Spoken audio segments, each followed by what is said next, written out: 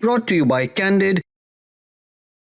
Candid dusting powder, 4 skin problems का एक expert solution. Candid dusting powder, हटा खुजली, लगा कैंडिड। इजराइल के पीएम बेंजामिन नेतन्याहू पर पिछले 7 सालों से क्रिमिनल केसेस चल रहे थे करप्शन के। ये इतना लंबा इसलिए खिंचा क्योंकि हर बार कुछ ना कुछ प्रॉब्लम्स आती थी, उनकी ऑफिशियल ड्यूटीज़ थे या फिर वॉर हो गया। तो अब खबर आई है कि ये केस जो है, इसकी ट्रायल अब रिज्यूम होने वाला है संडे को 12 अप्रैल को। ये केस क्या था, इसके बारे में पूरी जानकारी देंगी हमारी साथी ऋतु प्लीज़ बताइए क्या था ये मामला। जी, वॉर के बीच में एक अचानक से ट्रायल की खबर आ रही है, तो काफ़ी लोगों ने इस पर अपनी प्रतिक्रियाएं भी दी हैं। ईरान ने भी अपनी प्रतिक्रिया दी है।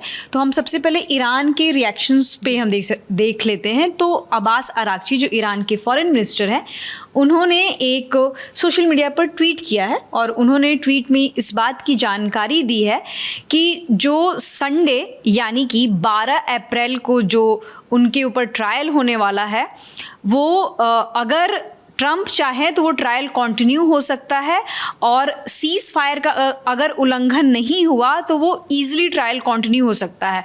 तो अगर बेंजामिन नेतन्याहू की डिप्लोमेसी को किल करना है, जो कि ईरान के लिए डिस्ट्रक्टिव हो रहा है क्योंकि लेबनान पे बार बार अटैक किए जा रहा है, तो उन्होंने इनडायरेक्टली और not indirectly but directly US को उन्होंने ये चीज़ बताया है कि अगर आप चाहते हैं कि ये सीज़ फायर कंटिन्यू रहे तो आप सीज़ फायर को ब्रेक मत कीजिए, ताकि ये जो उनके खिलाफ जो ट्रायल चलेगा वो शांतिपूर्ण तरीके से हो जाए बिना किसी रुकावट के। क्योंकि कई दिनों से, लगभग 40 दिनों से वॉर चल रहा है और वॉर की वजह से ये केस टलते जा रहा था। तो उन्होंने ये कहा है कि वॉर को उन्होंने एक एक्सक्यूज़ मान के केस को टाल रहे थे, पर अगर सीज़ फायर बरकरार रहा तो बेंजामिन पे जो भी आरोप लगे हैं उस आरोप में कुछ ना कुछ तय हो सकता है कि क्या वो वाकई में गिल्टी है कि नहीं है। तो बेसिकली अब्बास अरागची ये कह रहे हैं कि अगर आप रीजनल शांति चाहते हैं, स्टेबिलिटी चाहते हैं, और अमेरिका को ये बार बार चेता रहे हैं कि अगर इन सब चीज़ों को मेंटेन करना है तो इस वजह से आप इजराइल का साथ देना बंद करो, ताकि रीजन स्टेबिलिटी रहे, शांति रहे, और इनके बीच में जो उनके ऊपर आरोप लगे हैं वो आरोप तय हो सके कि वो सही है या गलत है। तो ऋतु, एक्चुअली केस क्या था एग्जैक्टली, और एक था या मल्टीपल थे? जी, ये 3 केसेस बेसिकली बताए जा रहे हैं, और जैसा कि आपने बताया कि 2019 में ये केस फाइल हो चुका था। तो 2019 से इस केस का अभी तक कोई भी निर्णय नहीं आया है कि वेदर ही इज़ गिल्टी और नॉट। तो पहला जो केस है, केस नंबर 1000। केस नंबर 1000 में क्या है कि उनके ऊपर बिजनेसमैन से डीलिंग करने का आरोप है। ऐसा आरोप है, पर अभी तक वो प्रूफ नहीं हो पाया है कि वो महंगे गिफ्ट्स लेते थे बिजनेसमैन से और उनके बदले वो उनको पॉलिटिकल फ़ायदा पहुंचाते थे। तो काइंड ऑफ क्रोनी कैपिटलिज्म का एक केस बन रहा है। तो केस नंबर 1000 में ये है कि वो शैम्पेन लेते थे, सिगार लेते थे, तो ऐसी ऐसी चीज़ों का उसमें विवरण दिया गया है।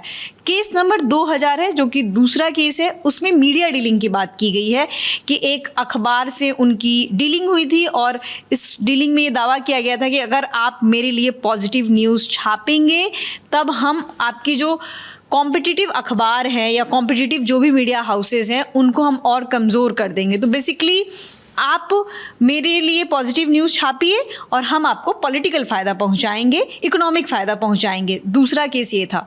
तीसरा केस है केस नंबर 4000, जिसको बेज़ाक वाला केस के नाम से जाना जाता है। तो बेज़ाक वाला एक टेलीकॉम कंपनी है, उसके रिलेटेड ये आरोप है कि टेलीकॉम कंपनी से इन्होंने अपने लिए पॉजिटिव न्यूज़ छपवाई और उसके बदले उसको राजनीतिक और इकोनॉमिक फ़ायदा पहुंचाया।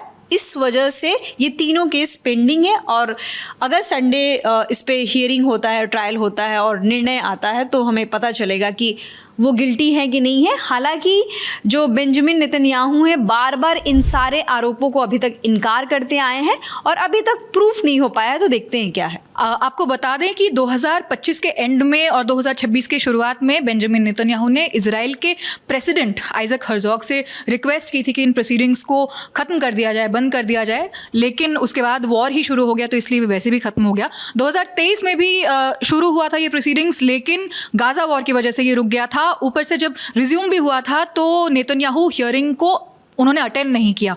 तो अभी मेन बात ये है कि अगर वो इन केसेस में अगर वो कन्विक्ट होते हैं, अगर वो गिल्टी पाए जाते हैं, तो उसकी उनको 10 साल की सज़ा मिलेगी, 10 साल की सज़ा उनको भुगतनी पड़ेगी।